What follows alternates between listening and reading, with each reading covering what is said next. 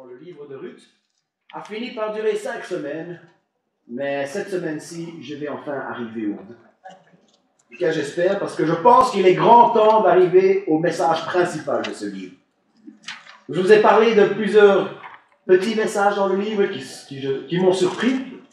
Je ne m'attendais pas à trouver ces choses dans le livre en creusant dedans, et c'est un témoignage de la richesse énorme qu'il y a dans la parole de Dieu, dans l'inspiration du Saint-Esprit, la révélation de l'Esprit Saint.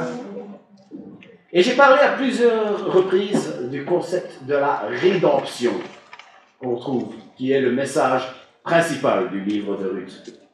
Et mon intention pour aujourd'hui, c'est vraiment de le ressortir, de pouvoir l'expliquer, et puis de pouvoir mettre en lumière ce message crucial de la parole de Dieu, et de rendre gloire au Dieu qui a fait tout ça pour nous. Parfois aujourd'hui, je vais parler de rachat, et parfois je vais parler de rédemption. Alors sachez que c'est la même chose. C'est juste que, par souci de rhétorique, c'est parfois bien d'utiliser un autre mot de temps en temps. Et quand je dis rachat ou quand je dis rédemption, je parle de la même chose. Si on veut vraiment être pinailleur, rachat, c'est quand on est dans le monde du commerce et qu'on rachète quelque chose. Rédemption, c'est quand c'est Dieu qui rachète. Bon, j'utilise les mots que je veux. Je suis libre. Vous aussi. Maintenant que ça c'est fait, je vais pouvoir y aller. Un petit récap de tout ce qui a été dit jusqu'à présent. Ruth et Naomi reviennent du pays de Moab, dans le deuil.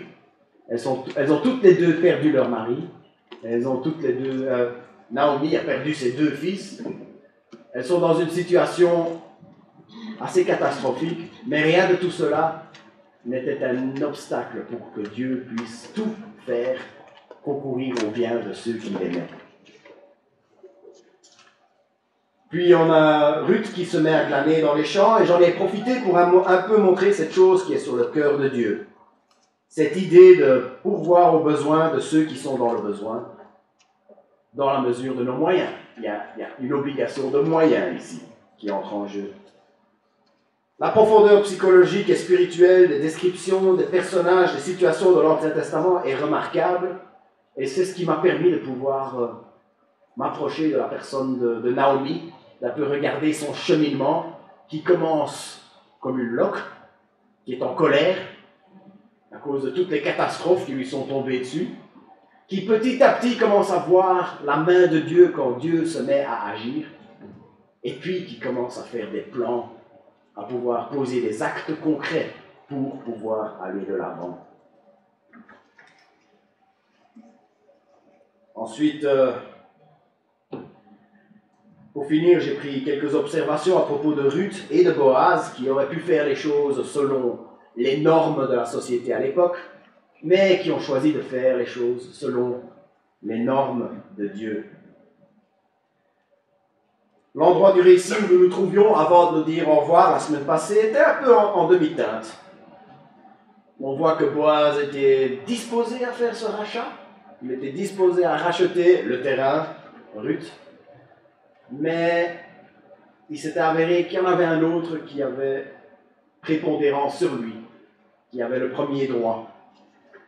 Il y avait un autre descendant. Boaz est disposé à racheter Ruth pour éviter, assurer une descendance à la famille et éviter la pire des malédictions. Mais il y en avait un autre. Avant de partir, Boaz fait un dernier cadeau à Ruth. Il dit alors: « Tends vers moi le bord de ton manteau et tiens-le bien. » Tandis qu'elle le tenait, il mesura 6 mesures d'orge et l'en chargea. Puis il rentra dans la ville. Elle revint auprès de sa belle-mère. Celle-ci lui demanda: « Où en es-tu, ma fille ?» Elle lui raconta alors tout ce que l'homme avait fait pour elle. Elle dit: « Il m'a donné ces 6 mesures d'orge en me disant: ne retourne pas chez ta belle-mère les mains vides. » Vous vous souvenez ce que Naomi avait dit au chapitre 1? Elle avait dit cette phrase: « J'étais partie combler, le Seigneur me ramène les mains vides. » On voit maintenant le Seigneur qui veut s'assurer, au travers de Boaz, qu'elle ne soit plus les mains vides.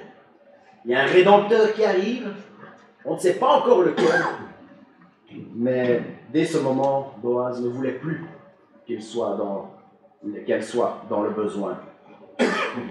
Encore une fois, imaginez la scène, Ruth qui rentre à la maison avec son manteau en boule avec 6 mesures, je ne sais pas ce que ça représente, c'est une mesure. Et voilà, lui, ça doit être une assez bonne quantité de grains fraîchement battus. Et Naomi qui est à l'affût. Et alors Et tout ce que Ruth a eu à faire, c'était de raconter. Elle a raconté. Alors, je peux imaginer que Naomi a peut-être dû être surprise. Je ne pense pas qu'elle savait qu'il y avait encore quelqu'un qui avait le droit de rachat. Donc j'imagine qu'elle raconte, oui, il veut bien, mais il y en a un autre. Quoi? Un autre? Elle finit quand même par avoir cette réaction. Elle dit, reste ici, ma fille, jusqu'à ce que tu saches comment finira l'affaire, car cet homme ne sera pas tranquille, qu'il n'en ait terminé avec cette affaire, aujourd'hui même. Ça fait vraiment genre, reste là, bouge pas, il gère. Il va s'en occuper. Ça fait... Et ensuite, Ruth, tout ce que Ruth a eu à faire, c'était de présenter son besoin à Boaz, et ensuite c'est Boaz qui a fait tout le boulot. Je vais répéter ça parce que c'est important. Tout ce que Ruth a eu à faire, c'était de venir avec son besoin à Boaz. Et puis c'est Boaz qui a fait tout le boulot. Est-ce que ça ne vous rappelle pas quelque chose qui s'est passé sur Golgotha il y a 2000 ans? Retenez bien ça parce que c'est quelque chose sur lequel je vais revenir. Boaz était monté à la porte de la ville et s'y était assis. Or, le Rédempteur dont Boaz avait parlé vint à passer. Boaz lui dit, « Approche, assieds-toi ici, un tel. » Il s'approcha donc et s'assit. Et ça m'a toujours intrigué que ce premier ayant droit, ce personnage, il ne donne pas son nom. C'est un peu, viens, approche-toi, un tel, machin chouette. Viens ici, toi. La porte de la ville, c'était le principal lieu d'entrée. C'est là que traînaient les notables, c'est là que les décisions étaient prises, c'est là qu'on faisait tous les deals par rapport au commerce. C'est là qu'on faisait toutes les transactions. Boaz, il n'avait qu'à attendre un peu et cet homme a fini par passer. Et en fait, ne pas accomplir le devoir de rachat, c'était quelque chose d'assez gênant. On voit même dans l'Ancien Testament, dans la loi de Moïse, ils avaient même le droit de le cracher au visage. Maintenant, je pense que s'il n'a pas donné le nom, c'est parce que c'était un peu gênant. Il ne voulait pas le couvrir de honte. Imaginez que si toute cette histoire avait été suivie par une équipe de tournage pour une télé-réalité ou pour National Geographic, ça aurait été la personne avec le visage flouté, la personne à qui on aurait déguisé la voix, on aurait mis une petite voix dessus. Ou alors, et à chaque fois qu'on prononçait son nom, ben, c'était monsieur. C'est un peu ça, approche-toi un tel. L'auteur de Ruth ne mentionne pas son nom pour ne pas le couvrir de honte. Boaz prit alors 10 hommes parmi les anciens de la ville et dit « Asseyez-vous ici. » Ils s'assirent. De nos jours, il faut des contrats kilométriques. On essaye de penser à chaque petite éventualité. Et si jamais il y a un oignon qui tombe sur sa tête? Ah ouais, d'accord, on va faire une clause. Et pour finir, on a des contrats de 17 pages pour des choses relativement simples. Mais à l'époque, il suffisait que ce soit fait devant témoins. En plus de nos jours, il faut faire ça devant un notaire qu'on doit grassement payer. Il aborde les 10 premiers anciens notables de la ville qu'il voit, et c'est intéressant de voir que Boaz veut absolument faire ça dans les règles. Il respecte le processus. Il veut s'assurer que la loi est bien accomplie. Il n'essaye pas de faire des raccourcis. Il n'essaye pas de trouver des subterfuges. Il n'essaye pas de trouver une zone grise dans la loi, un espèce de trou par lequel il pourrait passer pour arriver à ses fins. Il allait peut-être payer le prix de son intégrité et perdre quelque chose. Peut-être que son intégrité allait faire en sorte que quelqu'un d'autre allait pouvoir avoir ce dont il pensait avoir droit. Mais bon, c'est le prix de l'intégrité. Être intègre, même si ça nous coûte, c'est peut-être un exemple pour nous. Et puis Boaz expose la situation. Puis il dit au Rédempteur, on va l'appeler Monsieur X à partir de maintenant, Naomi, qui est revenue du pays de Moab, a mis en vente la parcelle de terre qui appartenait à Elimelech, notre frère. Moi, j'ai pensé t'en informer en te disant, achète, devant les habitants et les anciens de mon peuple.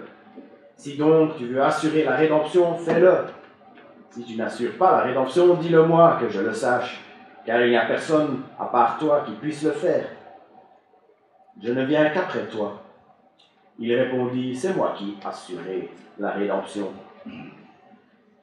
Ce qui se passe ici, ce sont toutes les stipulations de la loi de Moïse qui sont en train d'être vécues dans la vraie vie. Quand le peuple est arrivé, j'ai parlé de Josué, la fameuse traversée du Jourdain, il y a quelques mois. Dieu a fini par leur donner ce pays. C'est un pays qu'il leur avait promis. C'est un pays qu'il leur avait donné. C'était le pays qui appartenait, c'était la terre sainte, c'était la terre qui appartenait à Dieu, mais il leur donnait la responsabilité, il donnait à chacun une parcelle. Et c'était donné à perpétuité. Alors n'oubliez pas, à l'époque, la terre, c'était tout. Le fait d'avoir sa terre, tout dépendait de ça. Et si quelqu'un se retrouvait dans la pauvreté, il pouvait la vendre. Et c'était la personne la plus proche, quelqu'un de la famille qui pouvait le racheter et puis le leur rendre. S'il n'y avait personne pour le faire, il fallait attendre l'année du jubilé. L'année du jubilé, c'était tous les 50 ans. Alors Boaz et même M. X, ils auraient très bien pu dire à Ruth et Naomi, attendez le jubilé, comme ça vous allez tout récupérer. Mais leur besoin, c'était pour tout de suite. Imaginez que ça m'arrive à moi, aujourd'hui. L'année du jubilé, d'après le calendrier catholique, c'est en 2050. Alors, si j'ai faim aujourd'hui, ça n'a pas grand intérêt de dire je récupérerai mon moyen de subsistance en 2050 quand j'aurai 76 ans. Ça ne m'aide pas beaucoup et je pense qu'on devait être dans une situation assez semblable. Monsieur X répond, ah ouais, un terrain de plus, j'ai les moyens, je peux me payer ça. Un petit terrain de plus, ça ferait une petite rentrée d'argent supplémentaire. Ça mettra du beurre dans les épinards, ça mettra du houmous dans les poivrons, je ne sais pas ce qu'il faisait à l'époque. Ça mettra, alors il dit, ok, ça m'intéresse, oui, je peux le racheter. Mais évidemment, Boaz ne lui avait pas encore tout dit. Boaz dit, le jour où tu achèteras le champ à Noémie, tu l'achèteras au nom de Ruth, la Moabite, femme du défunt, pour maintenir le nom du défunt sur son patrimoine.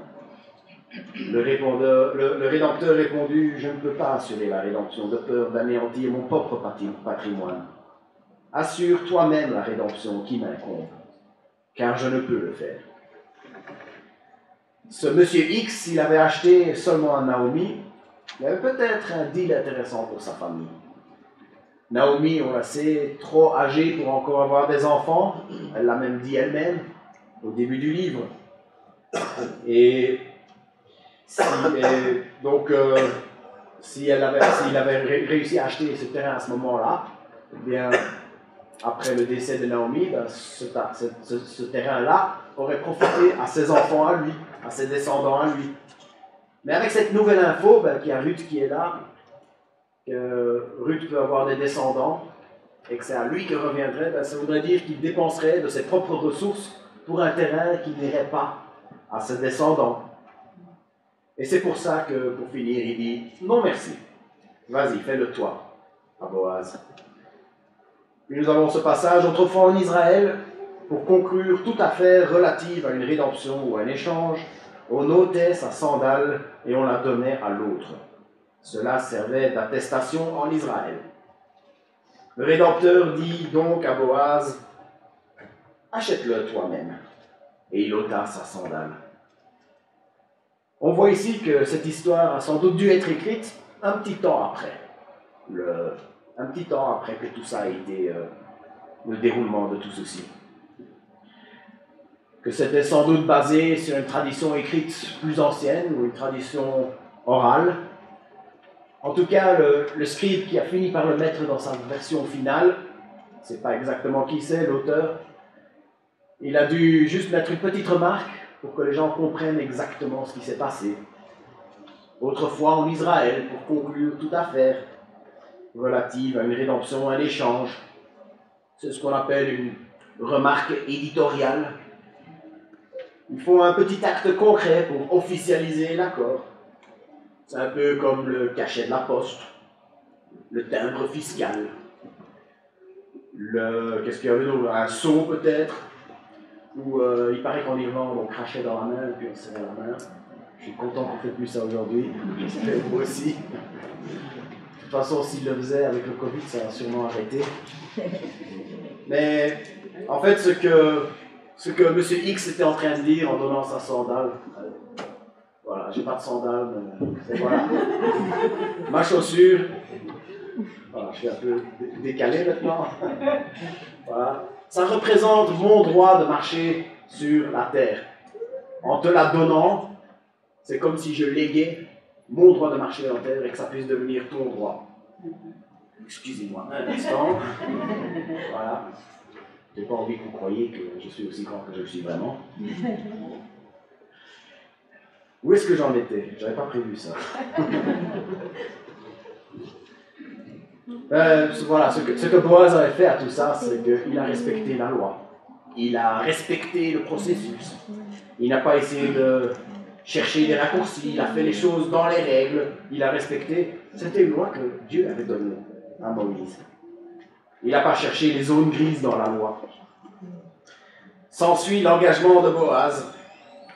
Alors Boaz dit aux anciens et à tout le peuple, « Vous êtes témoins aujourd'hui que j'ai acheté à Naomi, tout ce qui appartient à Elimelech, Kilion et Machlon, et que j'ai également acheté pour femme Ruth la Moabite, femme de Machlon, pour maintenir le nom du défunt sur son patrimoine, et pour que le nom du défunt ne soit pas retranché d'entre ses frères de la porte de sa ville.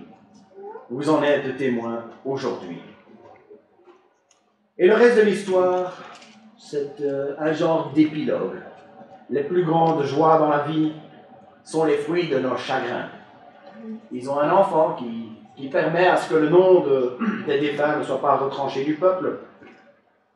Et le nom de Ruth n'est mentionné qu'une seule autre fois dans la Bible, dans Matthieu 1. Dans la généalogie de Jésus. Et c'est comme ça qu'on apprend que dans les descendants de Ruth et de Boaz, il y a le plus grand roi d'Israël, David, et il y a le roi éternel, Jésus-Christ. En fait, ce que nous voyons ici, c'est que Dieu est en train de mettre les choses en place pour notre rédemption. On a une histoire de rédemption ici qui prépare notre rédemption, une histoire de rachat qui prépare notre rachat. En fait, c'est Dieu qui met les choses en place dans l'histoire pour la plus grande bénédiction qui n'a jamais eu lieu. C'est la plus grande bénédiction que nous n'avons jamais reçue, notre salut en Jésus-Christ. L'histoire de Ruth n'est pas une fiction, mais c'est quand même une sorte de parabole vivante. Une parabole vivante qui comporte beaucoup d'éléments de l'histoire, de comment Dieu s'y est pris pour nous racheter, tout comme Boaz s'y est pris pour racheter l'héritage d'Elimelech et de Ruth elle-même. Soyons bien clairs. En disant cela, je ne suis pas en train de dire que Boaz était semblable en tout point à Jésus.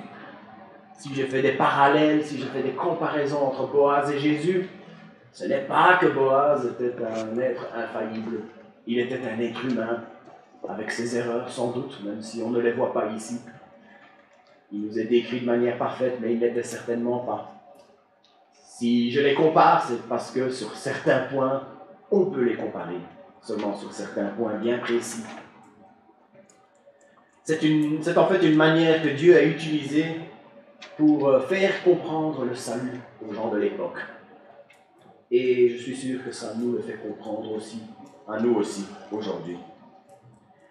Si Boaz a pu racheter Ruth, c'est parce qu'il remplissait 3 conditions. Il pouvait le faire, il savait le faire et il voulait le faire. Il pouvait le faire dans le sens qu'il avait le droit. Il savait le faire dans le sens qu'il en avait les moyens. Et il voulait le faire dans le sens qu'il en avait la volonté. On a là une image puissante de ce que c'est la rédemption en Jésus-Christ. Nous sommes devenus esclaves. On a là quand l'humanité s'est détournée de Dieu, il était devenu ennemi de Dieu. Et nous sommes devenus esclaves du péché. Notre propriétaire, c'est le diable qui est devenu notre propriétaire. C'est le péché qui est devenu notre propriétaire. C'est ce péché qui dominait sur nous. Et pour que nous puissions appartenir à Dieu, eh bien, il fallait qu'il y ait un rachat. Il fallait aussi que Dieu nous rachète. Et les 3 critères pour voir avec Boaz, eh bien, ils étaient les mêmes pour que nous puissions être rachetés, pour que Christ puisse nous racheter. Christ nous a rachetés parce qu'il pouvait le faire. Il avait le droit de le faire.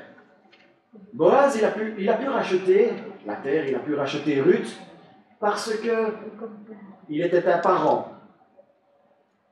Christ a pu nous racheter parce qu'il partageait notre humanité.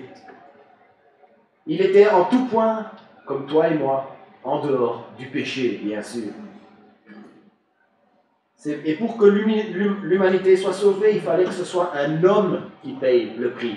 On ne pouvait pas être un ange, on ne pouvait pas être un animal. Tous les animaux qui avaient été sacrifiés juste alors, ce n'étaient que des représentations. Et c'est pour ça que la parole devenue chair est une chose tellement importante. Pourquoi elle est chère à nos cœurs. Christ nous a rachetés parce qu'il savait le faire. Il savait le faire aussi, il avait les moyens. Pour expier un péché du temps du tabernacle et des temples à Jérusalem, il fallait sacrifier un agneau sans le moindre défaut. Et avec ce sacrifice, un nombre limité de péchés pouvaient être pardonnés. Mais pour que tous les péchés puissent être pardonnés, il fallait que ce soit un homme, je viens de dire, et il fallait que ce soit un homme parfait. Un homme sans péché qui paye le prix. Et Jésus était le seul homme à jamais avoir marché sur cette terre en qui il n'y avait pas la moindre trace de péché. Même le plus grand bienfaiteur parmi les hommes, on peut trouver des traces de péché chez lui. Chez Jésus, il n'y avait pas la moindre trace, et c'est pour ça que je dis qu'il pouvait le faire, il avait les moyens de le faire. Christ, il pouvait se le permettre. Christ, dans sa sainteté, était habilité, il pouvait se le permettre. Christ nous a aussi rachetés parce qu'il voulait le faire. Si on refait le parallèle avec Boaz et Ruth, on peut voir que ce monsieur X, il avait compté le coût. Et il s'était dit, ça va coûter trop cher. Et il a laissé tomber.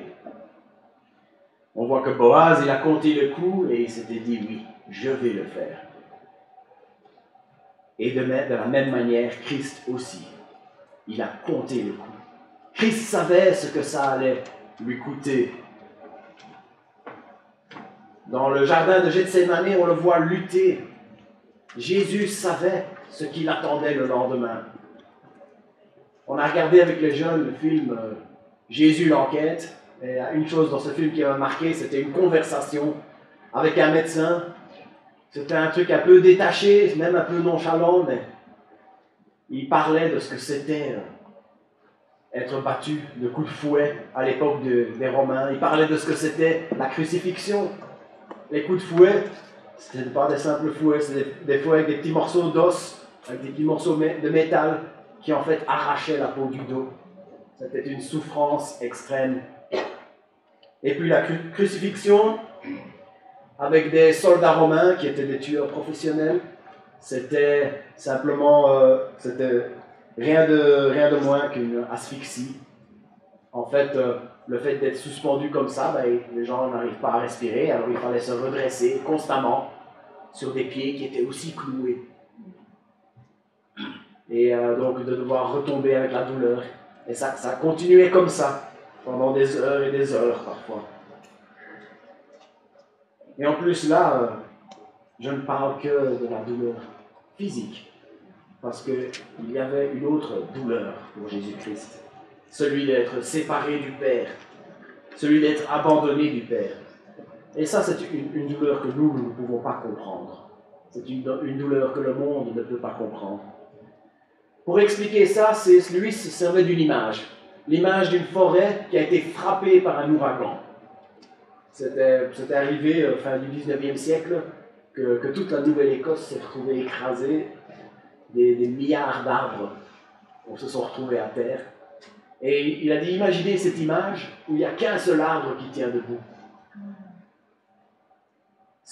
Il faut s'imaginer que le seul arbre qui sait réellement ce que c'est de prendre l'ouragan de plein fouet, c'est l'arbre qui est tenu debout. Tous les autres qui ont fini par se coucher n'ont jamais su ce que c'était la vraie force de la tempête. Et Christ, il a pris le salaire du péché de plein fouet. Il est le seul de savoir ce que c'est de prendre le salaire du péché de plein fouet. Il est le seul à savoir ce que ça coûtait réellement. Et tout comme Boaz, il a compté le coût et il a dit oui, je veux le faire. On le voit lutter dans le jardin de Gethsémane où il dit que ma volonté ne se fasse pas, mais la tienne. Il dit si cette coupe pouvait s'éloigner de moi, éloigne-la de moi. Mais si la seule manière de pouvoir exprimer mon amour, c'est de pouvoir l'avoir, eh bien, que ma volonté ne se fasse pas, mais la tienne. Attention, je n'ai pas encore fini avec les parallèles, parce qu'il y en a d'autres dans le livre de Ruth. Il y a cette petite phrase, au chapitre 2, verset 13. « Puis il entra dans la ville. » Et un peu plus loin, dans la bouche de Naomi. « Cet homme ne sera pas tranquille tant qu'il n'en est pas terminé avec cette affaire. » Il s'est rendu à la porte de la ville avec une mission. On voit dans la démarche des gens, quand ils veulent arriver à faire quelque chose, on le voit. Si les gens sont indécis, on le voit aussi dans leur manière de marcher. Boaz arrive dans la ville avec une mission, avec une intention. Il allait racheter. Et Jésus aussi. Il est venu dans ce monde, mais on ne l'a pas vu à sa démarche. Il est venu dans ce monde avec une mission, avec une intention, celui de nous racheter. Il n'était pas venu juste pour lancer un mouvement. Il n'était pas juste venu pour nous donner toutes sortes de beaux enseignements. Évidemment, ces choses ont bien fini par se passer, mais ce sont les choses qui ont été données en plus. Il était venu premièrement pour établir le royaume de Dieu en nous rachetant. Le mouvement qui s'est lancé, les belles choses qui ont été enseignées, ce sont les choses qui ont été données en plus. Boaz a aussi accompli la loi. Il s'est assuré que tout soit fait dans les règles. Il s'est assuré que le gars qui passait avant lui ait eu son mot à dire, ait eu son opportunité, comme la loi le stipulait. Il s'est aussi assuré que les témoins soient présents pour tout officialiser. Jésus a accompli la loi. La loi de Dieu stipule que puisque nous sommes pécheurs, nous méritons la mort. Et pour que nous soyons sauvés, Jésus n'a pas abrogé la loi. Il n'a pas juste mis tout à la poubelle. Il n'a pas passé les papyrus par la déchiqueteuse. Il n'a pas mis les pierres gravées dans un broyeur. Non, la loi restait ce qu'elle était. Mais elle a été accomplie. Et ça lui a coûté. Cette loi restait intacte. Jésus a accompli la loi. La loi stipulait que nous, les pécheurs, devions mourir. Et mort, il y a bien eu lieu, mais par la nôtre, la sienne, pour nous. Boaz a racheté Ruth et Naomi. Et vous avez remarqué quelque chose? Une des deux était juive, et l'autre ne l'était pas. L'autre, c'était une non-juive. C'était une païenne d'origine. une gentille, comme on disait. Jésus a racheté les Juifs et il a racheté les non-Juifs.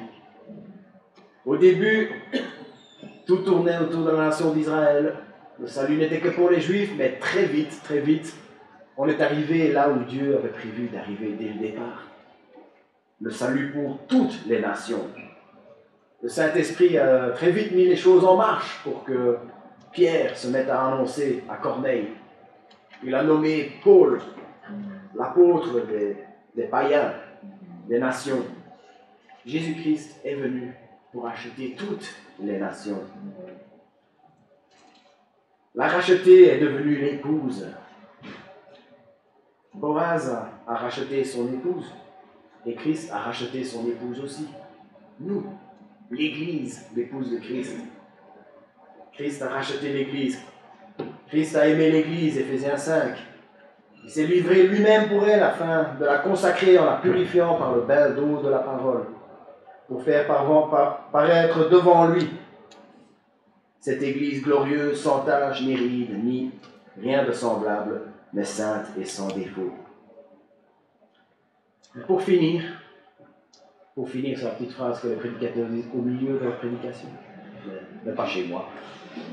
Pour finir, revenons à Ruth.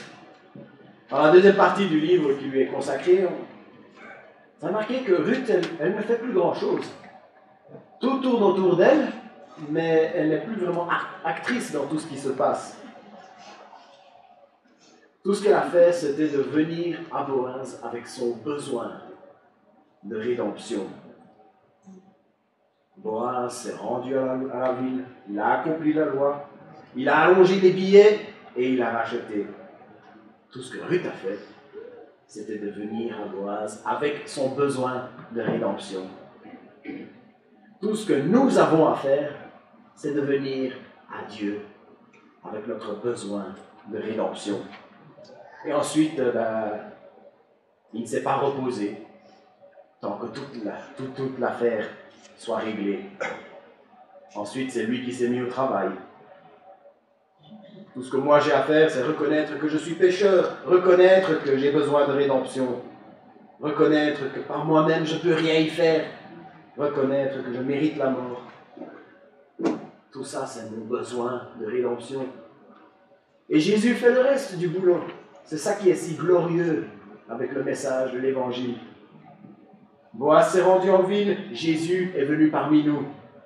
Boaz a officialisé la transaction, Jésus a accompli la loi.